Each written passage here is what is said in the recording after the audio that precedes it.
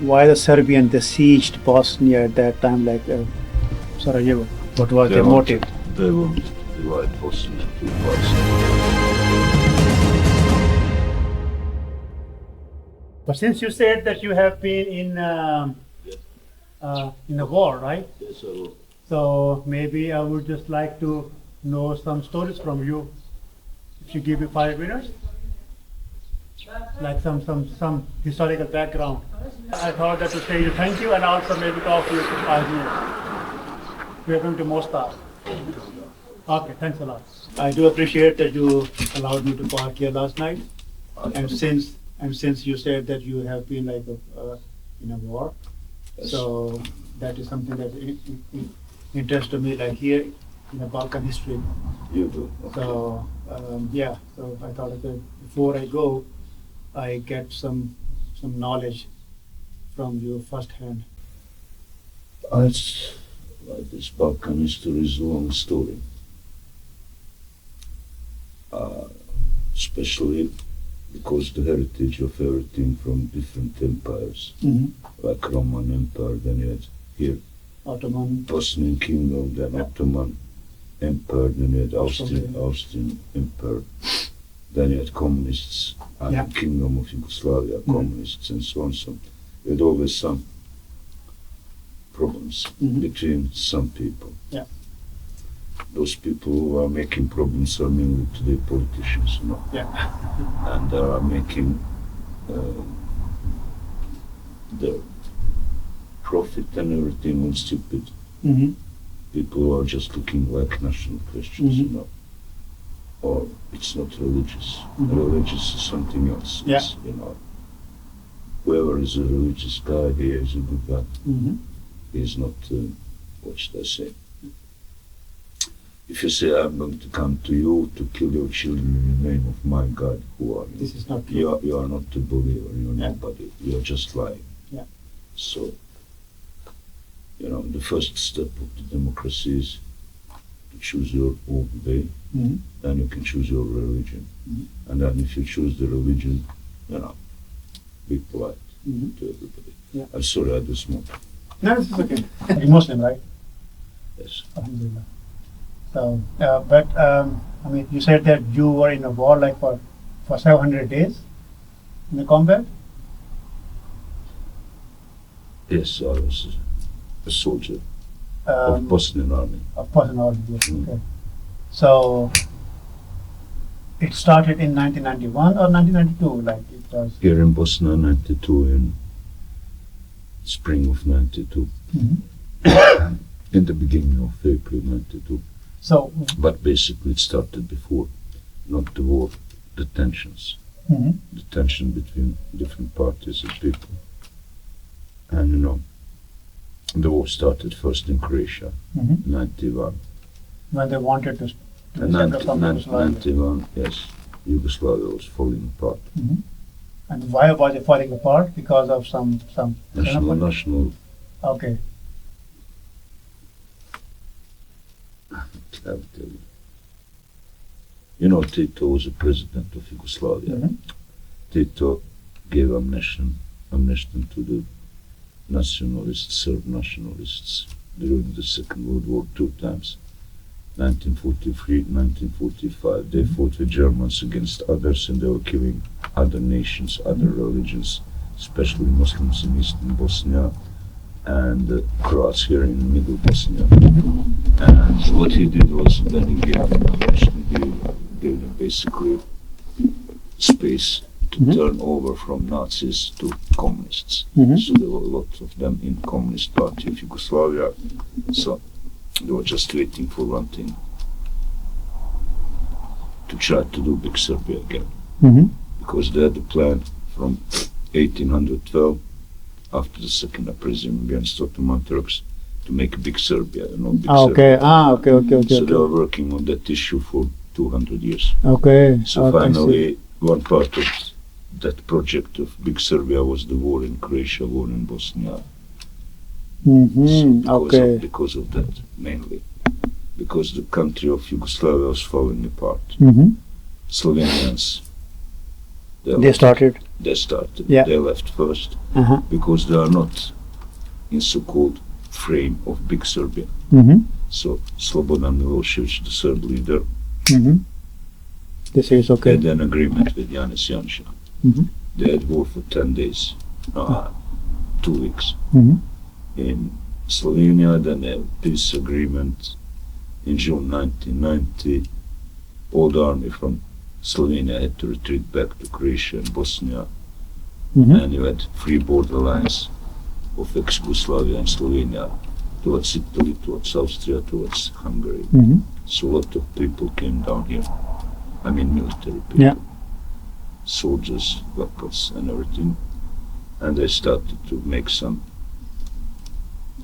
plans. Tito died in 1980. So he died. He I mean, died in 1980. his natural death. Natural death. Okay. Yes. He was 80 some years old. Okay. Okay, somebody's going to tell you that Tito was good. Somebody's going to tell you Tito is okay. Somebody's going to tell you Tito is a piece of whatever.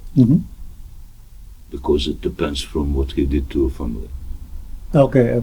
After the Second World War, the World War was finished in Europe on the 9th of May 1945. Here in Yugoslavia had war going on for 2 weeks after. Why? Because Tito was making revenge on those who fought against him, like Slovenians, Croats and Muslims. They were killed up in Slovenia, maybe 50 up to 100,000 people. And then, he made a big pressure on some others, but he never made a big pressure on the Serbs. Okay. He lived in Belgrade, he ruled, and he knew that whatever was going to happen, he was making, some good moves for some people, and, I can say the only thing for me was good during Tito's time is he was secure. You didn't have any, like you could sleep in the street, you were safe. Everybody had an average payment, average everything.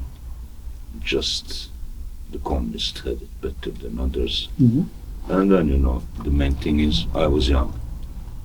Okay, yeah. So it was very good to live then. But I'm raised in Sweden, so I lived in Sweden like a boy. Okay. Because my grandfather fought against Tito. Okay. And those who fought against Tito, they didn't have a good future in ex-Yugoslavia. So it was the first dividation. National question. I don't know. Today it's stupid to take national question in one thing, and then the religion also. Why should you go to the war with India all the time? I mean, Hindu and Muslims, yeah. Why? Because some people are not educated enough to understand that they should not kill others. Yeah. Our religion says don't revenge, don't kill everybody. Yeah. Do you know who the worst people are? Those who are making the big career. You have 3 paths to choose. You want to be a big man during this world when you are just passing through. And when you come to them, you understand that you don't have anything. How old are you now? 67. 67? Yeah. Okay. And I'm born 1958. 1958. So you actually have seen the communist part as well as the Yugoslavian part and the Republic. Yes. The war you fought, it was in Sarajevo or it was somewhere else? I fought just in Sarajevo. I did defend Sarajevo. I never fought in other areas. I was here during those 1400 days of the siege. 1425 days of the siege, okay. Yeah. So, what was the last? I mean, I cannot imagine because I have not seen something. How old are you? I am 47. 47, okay.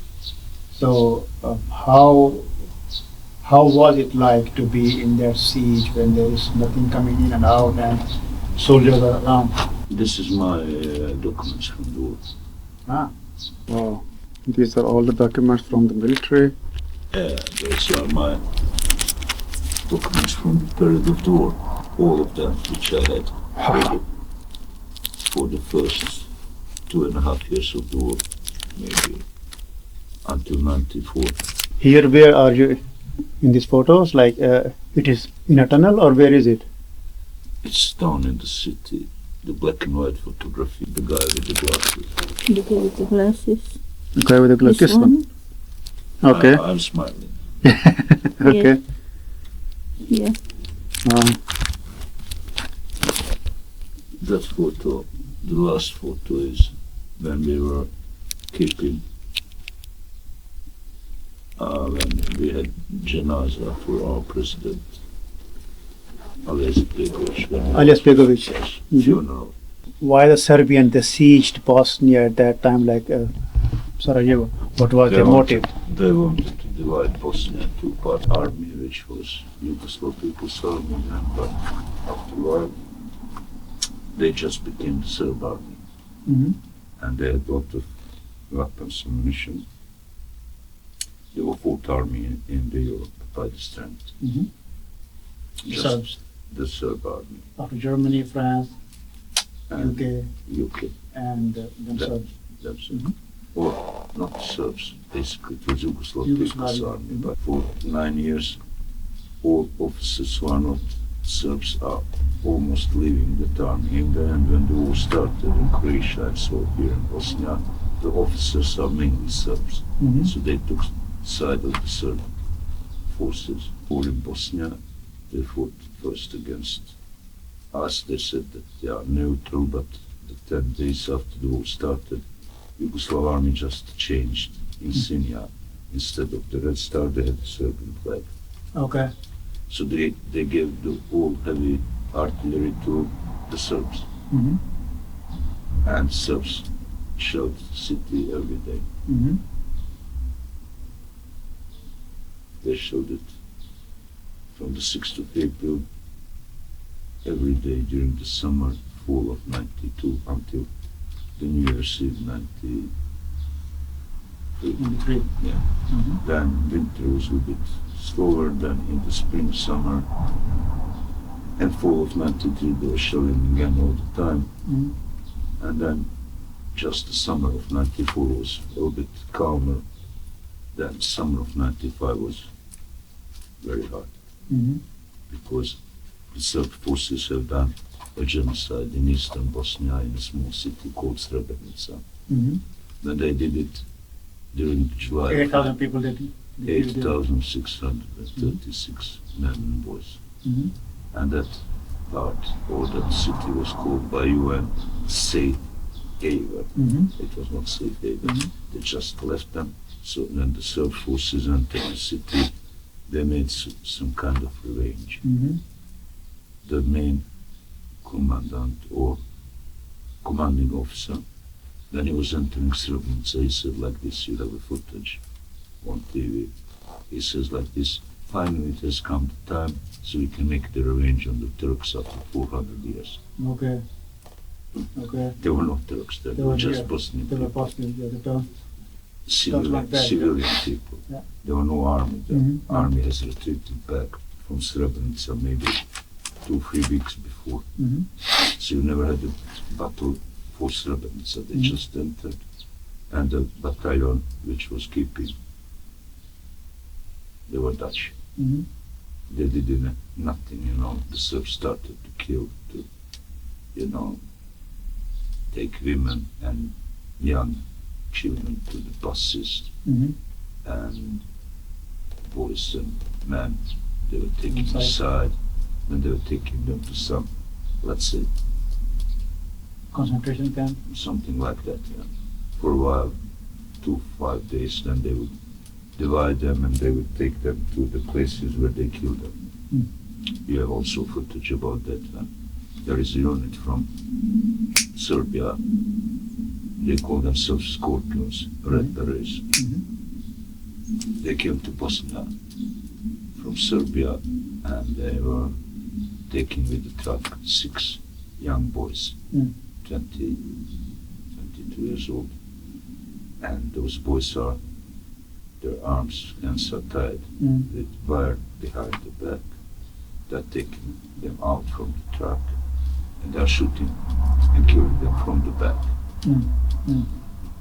And they made a footage of it so they can show when they came home, what they have done. They were very proud to do that. I don't hate anybody, you know. I remember some things, but I will never forget. I can forgive. The city of Sarajevo is full of people from Serbia, Croatia, Montenegro, from all over the world, even from Pakistan. Yeah. Yeah. We fought for that, so you can come to see our city. I mean, we thank you for your services at that time, because You're welcome. I cannot imagine that, how the life was here, but we thank you for all the efforts, all the life. fighting you have. The life was surviving. Yeah. Surviving is something like a great tunnel. Mm-hmm. You're hungry, you don't care, you cannot eat because you don't have food. Mm-hmm. Why? Because you had the first resolution of UN about the war in Bosnia is this first resolution. They said Bosnian army cannot buy any ammunition nor the arms. Ah, really? Okay. Why did they say that we were recognized like a independent country by Bulgaria, some other countries in the world, among them USA also. So, you know, we were a regular army. They did forbid us to buy weapons. They thought that we would fall down. We had weapons and weapons. We bought in Croatia. We smuggled that into Bosnia. We had some ammunition. We didn't have mortars, tanks, cannons like other side. We had basically very little. Everything, yeah. Very little, but we had hand weapons. Yeah. So they made the siege ring around Sarajevo and everything started. You can see in October of 1990, 91, okay, 92. It started on the 9th of January.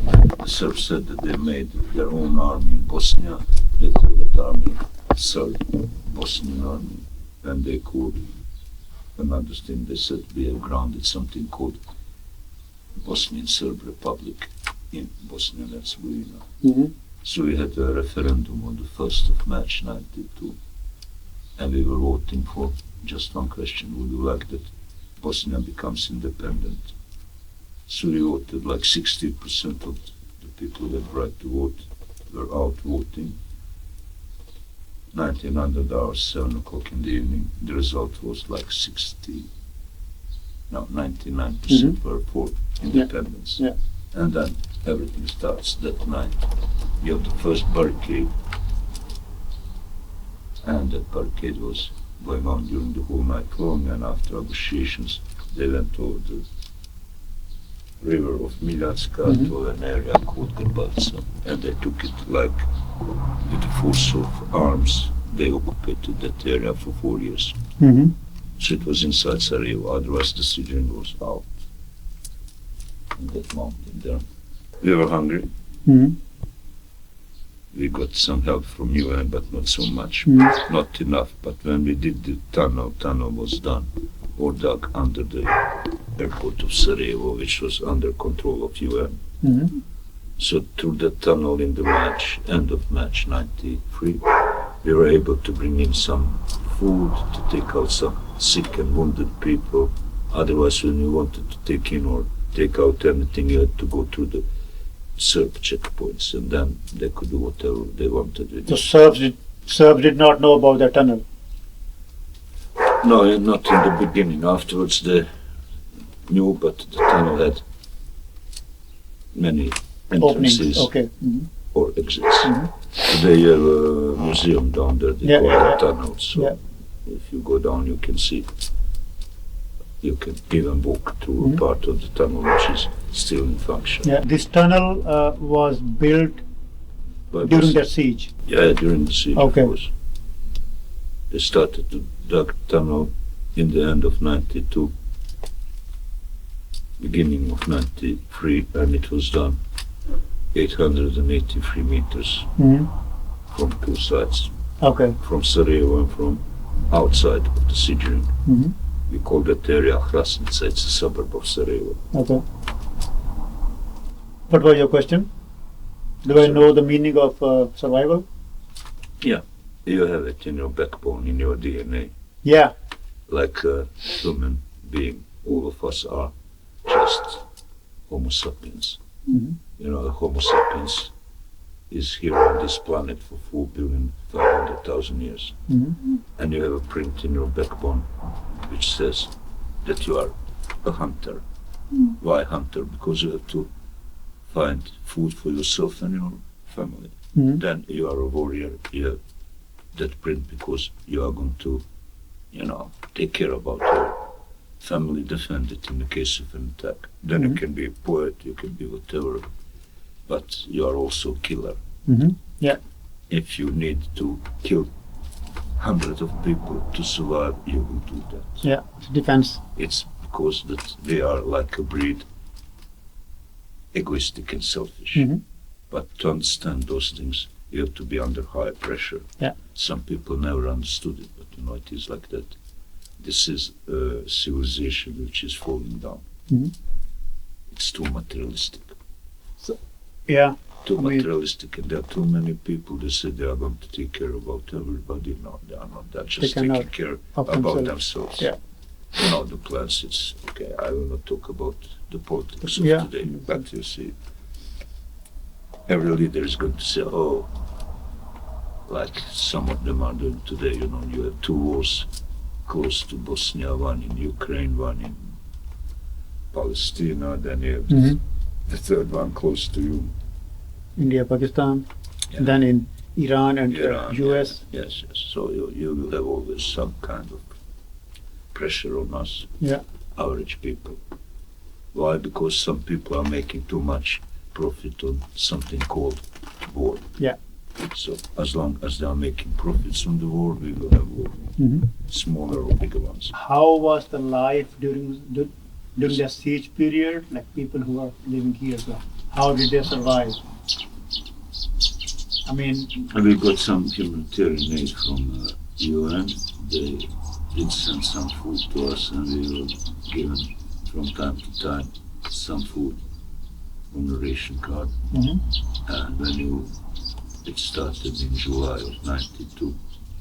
And the first time I got some humanitarian aid for me and my late wife, it was distributed by neighborhood. Mhm. Like, so it's easier for them. So you have people who are from like your neighbor, and they had the space, the third house up above us.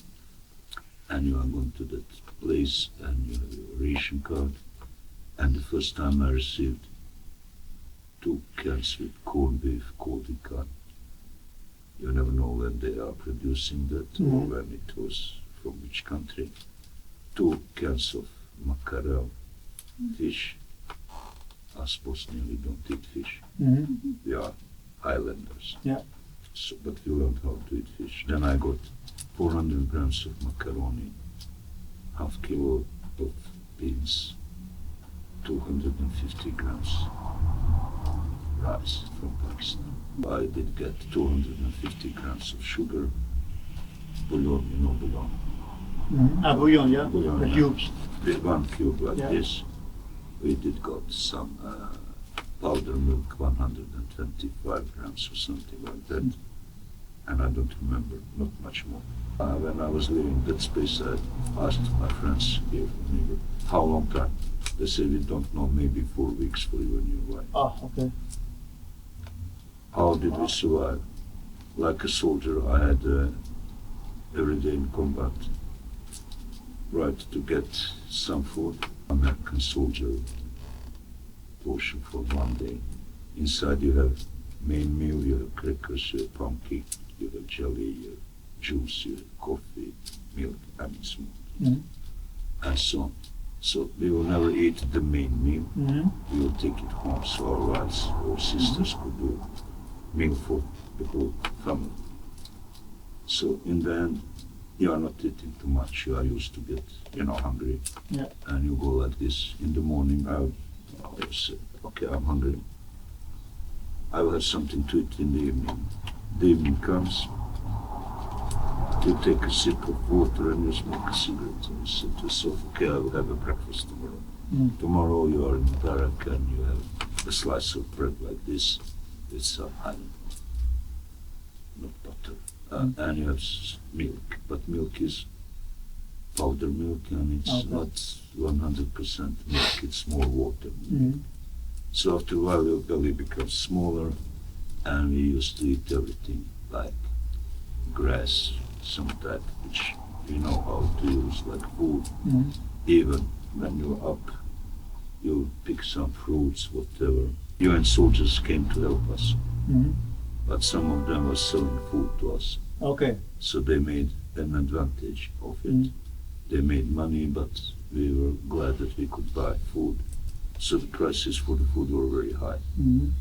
I can tell you like this, 1 kilo of sugar used to be between 40 to 80 marks. Oh, okay. Before 32 years ago, 40. if you take in consider the inflation and everything, Okay, yeah. like 30 some years, it means that today you should pay 100 approximately euros for 1 For kilo of 1 sugar. kilo sugar. Wow. So we were paying that with our stocks of our foreign currency, because people in ex-Yugoslavia are not giving the foreign currency to the banks. Mhm. They had it at home, so we were selling everything, gold and everything. Mhm. Finally, all of us lost a lot of kilos. Some people, old people, they died of hunger also. They were sick, they needed good treatment, good food, but they were not able. They were dying maybe for months, maybe, I don't know, maybe 100 of them. Mhm. But there are never in that amount of victims of the siege. Okay. Yeah, So they died. 11,525 people killed, not soldiers. Mhm. Soldiers are something else. Yes, 7,000 soldiers died also. Among those you have 1,600 or one child Mm. killed. All different nations, all different religions, Mm. because in Sarajevo we are multi-ethnic. We lived together. Yeah. I'm born like a Catholic. Yeah. My wife, she was a Muslim, but I became Muslim before the war started. You have right to choose. Yeah. So you know, if you are educated, you are reading about everything, and you're trying to find yourself. In the end, if you think about monotheistic religions, one God. Jewish people say their God is Yahweh, okay? Mhm. Jewish people, 5,700 years. Christians, okay, Jesus Christ and so on and so on, dictation among the Christians. Then you have Muhammad alayhi salam, he comes and he's the prophet. Mhm. Then when you read or you teach Quran, you don't read Quran. Yeah. You teach, you have to learn. Mhm. Then you understand some things, that all of those three religions are very similar. Very similar, yeah. And what happened is this: the division between nations is made by men. Yeah. Because they wanted to have power Control. and they wanted to have control over others, so they are doing the same thing today, some of them, not all. So the best religion for my own option among monotheistic is Islam. Mhm. So the last time I was signed like a citizen of Bosnia and Herzegovina, I wrote myself like a Bosniak. Mhm. Bosniak means that I'm a Muslim. And I wrote down that my language is Bosnian language and my religion is Islam. Mhm. Thanks to God, thanks to Allah. Alhamdulillah. Alhamdulillah. Alhamdulillah. So you have to understand some things in your soul first. Yeah. You have to think about some things and then you can say something. To change the name, it doesn't matter. The Mhm. name is not important. Yeah. Because he knows who you are. Exactly. He is always with me. It's like Niyat. He is here. Niyat. He's here together with me Mhm. now. Yeah. And he can read my thoughts. Yeah. He made my destiny when I was 40 days old in my mother's belly. Mhm. Mhm. 40 days. After that, I can choose some paths. But when you see what's happening around you, you say to yourself, thank you, my master. Yeah. Because I'm suffering when I'm passing through this world. This, what the other think, it's misery, I think it's a reward. Mhm. Because he wants to do those things. It's written down. So you have just to say Alhamdulillah. Alhamdulillah, yeah. Yeah. In every And circumstance. you have to do zikr, and you have to pray, and you have to take and give. Yeah. As long as you are doing that, you are in the middle, you do exist. Yeah. If you close this hand, you cannot give him nothing. Yeah. If you close this one, you will be You cannot. overfilled with everything. So what is yours? Nothing. Yeah, nothing is yours. No. I'm just a passenger Just going away. from one to the end. And then what happens, we will see. Life is going to be the Yeah. judgment day. Yeah. Yeah, that's true. Like a soldier, like we say here in Bosnia, we are using Ottoman or Turkish expressions like I'm a Gazia, which means I'm a warrior. I fought in the war in the name of my people, my country, my city, my pigeons, my cats, my neighbors. Allah's creature. Yeah. The creature of God. Allah. So if you help anybody, you will have a benefit in the future. So try to be a good man. I hope so. Otherwise, I will not take you in. I hope so. Thank you very much. Thank you very You're much. welcome. It's nothing special since you wanted to use some things. Yeah. I don't do this I mean, often to anybody. Yeah. You are the first one. I just want to learn about the history and about the culture and about the past. How has it happened? Especially because, like, I mean, I'm very close to Bosnia and all that. So See, they said like this also that it was a religious war. No, it was not a religious war. It was not a crusade. It was an attack on Bosnia and Herzegovina, which was more materialistic. Yeah. And it was more to divide the country in two parts, to take, two republics would divide Bosnia in the middle, and Croatia would take one part, and Serbia the other part, and then, since you can say that you have 13 genocides against Muslim people in this area, 13 genocides, done by whom? By Christians and others. yeah. Bosnia and Herzegovina had a kingdom which was the biggest one, and it lasted for 700 years. Our queens have been queens in Poland, England, and our first queen, Bosnian queen, he came from France. Since we were divided before the war started by three national parties, those two parties, they made their own forces, like Serbian forces and Croatian. They did their own forces. And across, they did betray us. In the beginning, they fought against the Serb army like defenders. Then, in the end of '92, they started to fight against Bosnian army. So the worst part of the war for Bosnian army was the year of '93. We had two enemies to fight against. But then, the politicians have done this. You have Washington Agreement '94, that they are back together with us, the Croatian forces. They have a lot of artillery, of course, because they're in an open area. Bosnia was under the siege, like Bihać, northwest part was under the siege. Eastern Bosnia also, small cities under the siege. Sarajevo under the siege. So we had to produce our own hand grenades and small rockets which you can shoot from the barrel of your rifle. So we were producing them in Sarajevo for defense. And then when we got some more weapons together with Croats, we made a big offensive in the western Bosnia in the fall of '95, end of the summer of '95. We were advancing. It was easy for us, when Croats are shelling. On your backup. Backup, you are coming in like infantry, you are okay. No more so many fortresses that are destroyed, not so many soldiers are waiting for you like before, and then, you enter easier. And, it was the fourth summer of the war, so you don't care about anything anymore. You are just going forward because, you are used to some things. Yeah. It's your destiny. It was like that. Yeah, but now it's over, and now everything is hopefully is It's for the good. over and it is good, but you have some small problems between the politicians. They will always have problems. They will always be there. They are making their own path, towards their prosperity in the life. They have good positions to do a lot of money by the political moves, and then some of them are almost criminals. Yeah. Almost, no. But they have the immunity of the politicians. You cannot arrest them, and so on. So they are leading their own nations towards whatever their own goal.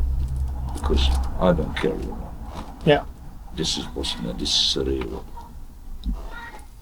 You are welcome to come, and you know my people will. They are very friendly. They are very. They are amazing. Everywhere we went. So you know it's our way of life. Yeah. But you know when the time comes, if you do attack us, all of us are not so friendly anymore.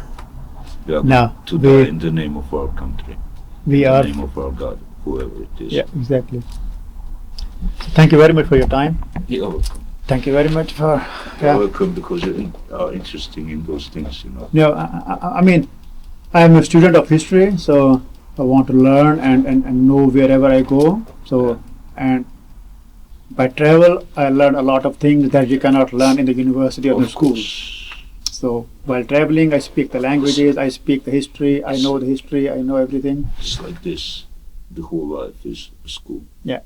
You have to learn all the time about everything.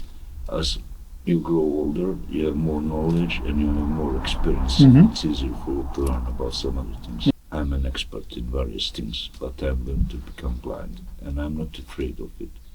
I don't have any family, I don't have any children. I was with my wife for 37 years. Mhm. She could not have children, but Okay.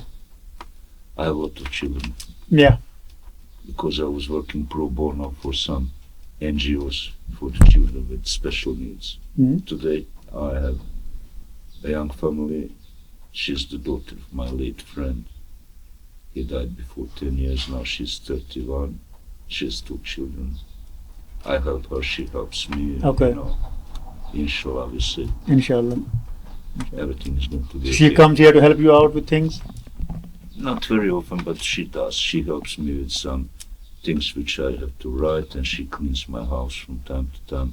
We meet each other almost every day, and we talk about whatever we need to. Okay. And you go like for shopping, like for grocery stuff, or does she bring it to you? I'm going out downtown because, listen, I cannot see. It's my helmet. I can see something, but I cannot see that it is Mhm. helmet, so you can understand. I don't see your face. Okay. I can see maybe you have glasses. Glasses, yeah, glasses. yeah. I see that you have a blue jacket. Yes. But I don't see your face. Okay. Okay. So, okay, I'm almost blind. I'm fighting against this sickness for the last 3 years. Before I had 6 surgeries, 11 surgeries on my eye. Oh, okay. So, like my doctor says, you are just buying time. I said to her, no, I cannot buy time, because she doesn't understand that one name of our Master Allah is Mhm. time. Mhm. You can never buy me. So, do you get any support from the government right now, like any pension or something from the government?